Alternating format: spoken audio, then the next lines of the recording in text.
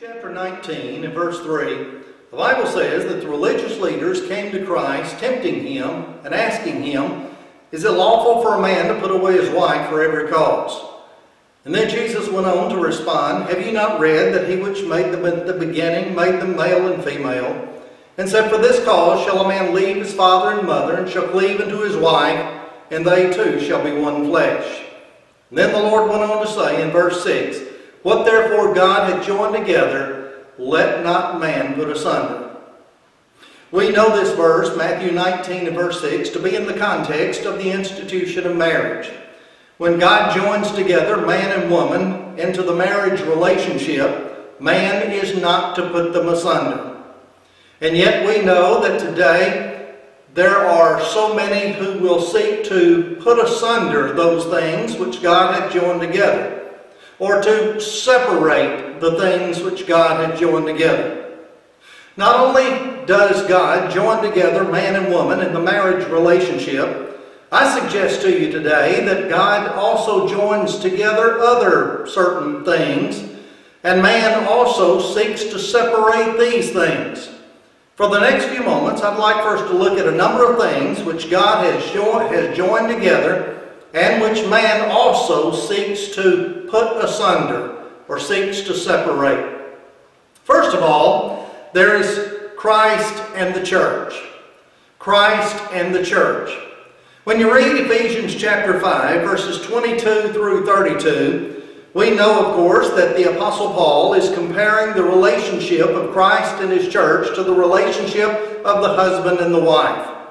And among other things, Paul says that the husband is to love his wife, even as Christ also loved the church and gave himself for it. Note, if you will, the comparison that Paul is making.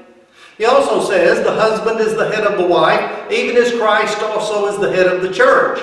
And he is the Savior of the body. Again, that comparison is made. And then Paul goes on to say that the husband is to love his wife, he is to cherish her, he is to nourish her as he would his own body. You go on down to the end of the chapter, verse 32, and Paul says, "I speak concerning Christ and the church."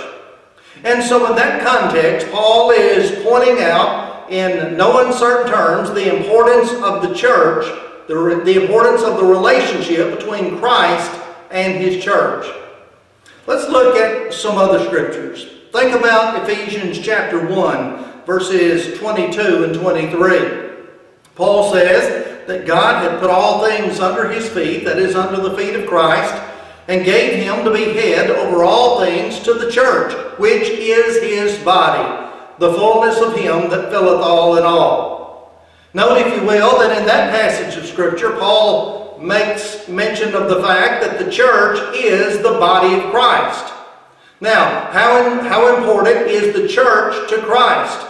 Well, if an individual seeks to separate Christ from the church, then it basically is the same thing as separating a head from the body. Because Paul says that the church is the body of Christ. Paul wrote to his Corinthian brethren in 2 Corinthians chapter 11 and verse 2, "For I have espoused you to one husband, that I may present you as a chaste virgin to Christ." Again, even in that passage, Paul is pointing out that the relationship between Christ and his church is that of a marriage. The church is the bride of Christ. Christ is the husband. And so again, we can see the importance of that relationship. Paul wrote to the Galatians in Galatians chapter 1 and verse 13. And he's making mention of the conduct that he displayed toward the church before his conversion to Christ. And he says to them, "For ye have heard of my conversation or conduct, manner of life, in time past in the Jews' religion, how that beyond measure I persecuted the church of God and wasted it." Now, note, if you will, my friends, that Paul says that he persecuted the church. I want you to zero in on that phrase for just a moment. Paul says, "I persecuted the church of God." Now, let me call your attention to another statement that is made in Acts chapter 9 and verse 4. Saul of Tarsus is on the road to Damascus in the very process of persecuting the church. in the very process of having men and women who were New Testament Christians, members of the body of Christ, thrown into prison. And as he is there on the road to Damascus, he is confronted by the Lord. He sees the bright light from heaven, he is blinded, and he hears the Lord's voice. And he asks Jesus the question, "Who art thou, Lord?" And then Jesus identifies himself. "I am Jesus." And then he says, "Whom thou persecutest." And then Jesus asked him the question in Acts chapter 9 and verse 4, "Saul, Saul, why persecutest thou me?" Saul, why are you persecuting me? Why, Paul said in Galatians 1 and verse 13 that he persecuted the church. And yet Jesus says in Acts chapter 9 and verse 4 that Saul was persecuting him. That tells us that what you do to the church, you do to Christ. Why? Because you cannot separate the two. What God hath joined together, let not man put asunder. Christ and the church. But then secondly, there is faith and obedience. Faith and obedience. We would not argue the essentiality of faith in coming to salvation, in being well-pleasing to God. The Hebrew writer says in Hebrews chapter 11 and verse 6, "But without faith it is impossible to please Him." A very plain statement, a very simple statement, easy to understand. You cannot please God without having faith.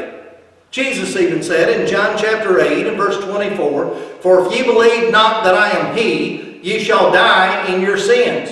In the context of John chapter 8, Jesus was teaching His disciples. He was teaching them about Himself, that He had come down from heaven. Basically, that He was the Messiah, the Son of God. And He says, if you believe not that I am He, you'll die in your sins. So faith, yes, is absolutely necessary. But let's look at another passage of Scripture. Again, the words of Christ. In Luke chapter 6, in verse 46, Jesus asked some of His disciples, some of those who were listening to His teaching, "And why call ye me Lord, Lord, and do not the things which I say?" Think about that question for a moment. The word Lord is translated from the word kurios, which simply means master. And the implication is that I am the servant, He is my master.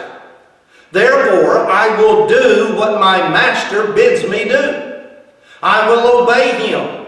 I will do what He wants me to do.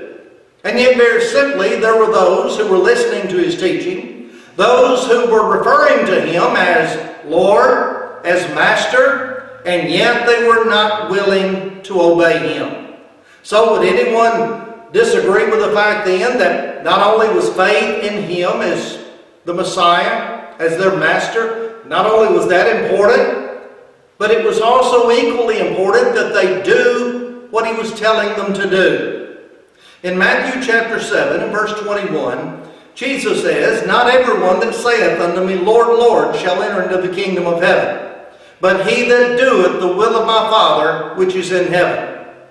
Again, think about that phrase, "He that doeth the will of my Father." Now, in the context of that verse, Jesus is picturing the judgment scene.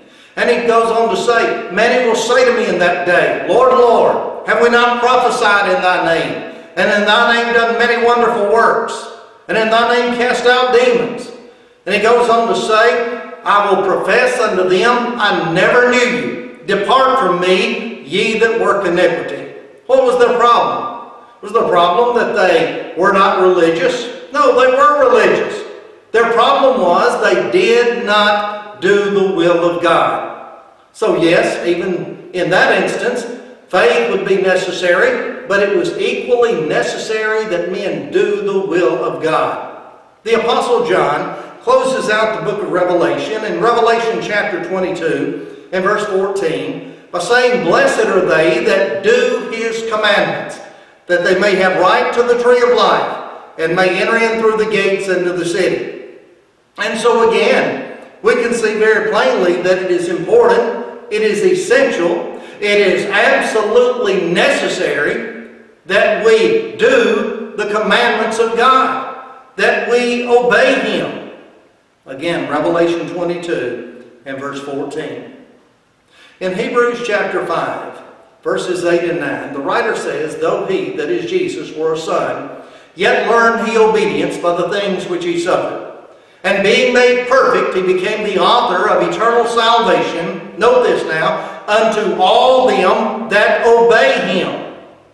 Does he say unto all them that believe him? No. Now yes, again, it is important to believe. It is important to have faith. But the writer says Christ is the author of salvation unto all them that obey him. It is necessary to be obedient to the Lord. And so then, the Lord has joined together faith and obedience. And what God hath joined together, let not man put asunder. Incidentally, in Hebrews chapter 11, that we referred to a few moments ago, you have verse 6, "Without faith it is impossible to please him." But then the writer goes on to give example after example after example of individuals who not only had faith in God, but their faith led them to do what God instructed them to do. By faith, Noah, being warned of God of things not seen as yet, prepared an ark for the saving of his house. By faith, Abraham, when he was called to go out into a place that he would afterward receive for an inheritance, went out, not knowing whither he went. By faith, Abraham, when he was tried, offered up Isaac. By faith, Abel offered a more excellent sacrifice than Cain. And over again, we have other examples given that show the necessity of not only having faith in God, but the necessity of following his instructions, the necessity of being obedient to his will. But then there is baptism and salvation. Baptism and salvation. Yes, God has joined together those two. And I'm well aware of the fact that there are many today who would argue against that idea of baptism and salvation being linked together.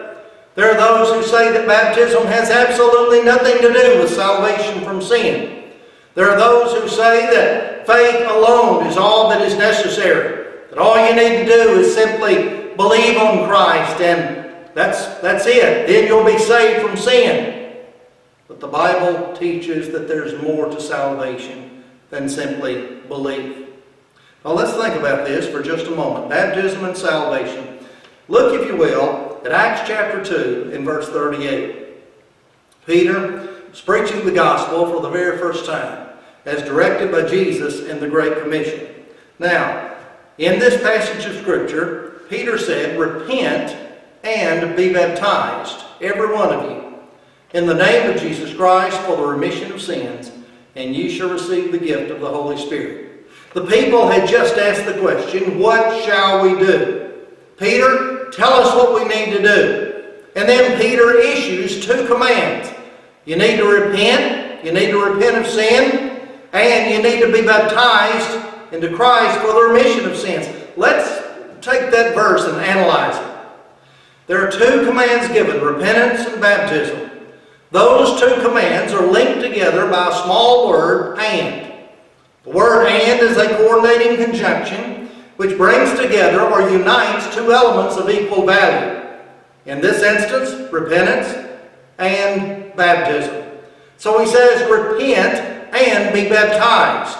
Well, how many of them are to do that? Every one of you. By whose authority are they to repent and be baptized? In the name of Jesus Christ. For what purpose are they to obey those commands? For the remission of sins. Very simple. In fact, you'd have to have help to misunderstand it. Look at the Lord's words in Mark chapter 16 and verse 16. Jesus says, "He that believeth and is baptized shall be saved, but he that believeth not shall be damned." Note, if you will, again, you have two commands that are given. He that believeth and is baptized. Now again, obviously, faith is absolutely necessary. It is essential. That's not all there is to it, though. That's not all there is to being saved from sin. He that believeth and is baptized. Now you'll note again that those two commands are joined together by that word and, that coordinating conjunction. Again, which brings together two elements of equal value. And again, in this instance, faith and baptism. He that believeth and is baptized shall be saved. And I'm well aware of the fact that there are those who would argue that the Lord did not say in the latter part of that verse, but he that believeth not and is not baptized shall be damned. Well, we're well aware of that. But remember that Jesus said in John chapter 3 and about verse 18, he that believeth not is condemned already. If an individual does not believe, he is not likely to be immersed in water. And if he is immersed in water without first believing or having faith in Christ, he was not scripturally baptized. He just simply got wet. So Jesus says, he that believeth and is baptized shall be saved. Let's look at another verse of Scripture. Peter's writing in 1 Peter chapter 3 and verse 21. Peter says, the like figure whereunto even baptism doth also now save us, not the putting away of the filth of the flesh, but the answer of a good conscience toward God, by the resurrection of Jesus Christ. Now, look at that passage very closely. The like figure whereunto even baptism doth also now save us. Whereas many today will argue that baptism does not save us, that's not what Peter said. Friend, read it for yourself. 1 Peter 3 and verse 21. Baptism doth also now save us. I'm also aware of the fact that there are those who would say that if we insist that baptism is necessary for salvation, that we believe in water salvation. But the words of Peter even negate that idea. Read the verse again. The like figure wherein even baptism doth also now save us, not the putting away of the filth of the flesh. That is, it is not the water washing the body, but the answer of a good conscience toward God by the resurrection of Jesus Christ. That is obedience. The obedience to God is that which brings about salvation from sin. It is the blood of Christ which washes away sin. Paul writes in Ephesians chapter 1 and verse 7, in whom we have redemption through his blood, the forgiveness of sin. Question is, consider this question. Where did Jesus shed his blood? Well, the pat answer that many give is that, well, he shed his blood on the cross. Now, while that is true, let's be even more specific. Jesus shed his blood in his death. Paul writes in Romans chapter 6 and verse 3, know ye not that so many of us as were baptized into Jesus Christ were baptized into his death? It is when individuals are baptized into the death of Christ that God spiritually applies the blood of his Son to the soul of the individual, thus cleansing that individual from sin.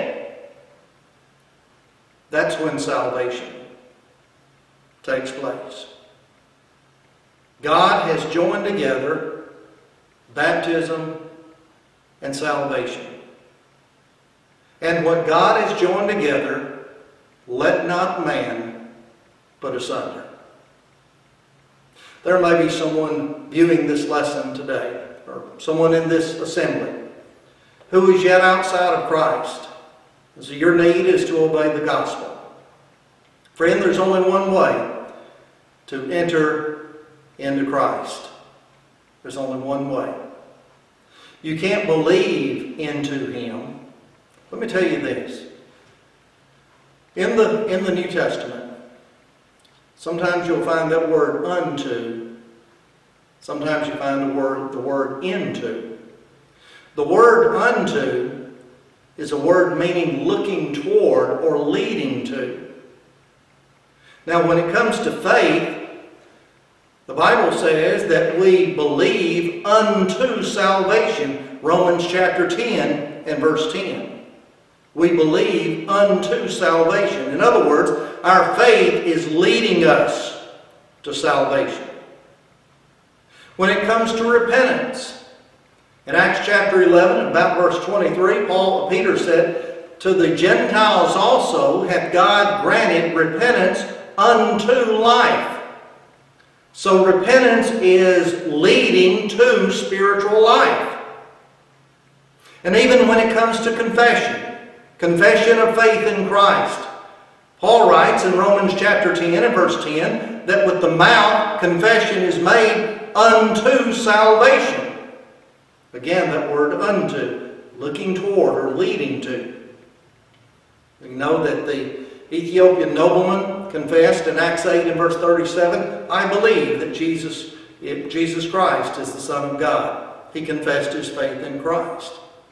But then when you look at Romans 6 and verse 3, the word changes. It's not unto, it is into. Know ye not that so many of us, as were baptized into Jesus Christ, not unto, but into, were baptized into his death. And Paul writes in Galatians chapter 3 and verse 27, "For as many of you as were baptized into Jesus Christ have put on Christ." And so if your need then is to obey the gospel by being immersed into Christ for the remission of sins, and we encourage you to do that. And I would encourage you to look at these things that God has joined together soberly, seriously. Christ and the church, faith and obedience, baptism and salvation. And when you obey the Lord, as the people did on Pentecost in Acts 2 and verse 41, you will not join the church of Christ. You'll not join the church as you do a denomination. You'll not join the church as you do a secular organization. But the Lord himself will add you to his church. Or maybe someone here who needs to renew your commitment to Christ by repenting of whatever sin may be in your life, praying God, asking his forgiveness, then we encourage you to do that. Whatever your need, won't you come to Jesus as together we stand and sing.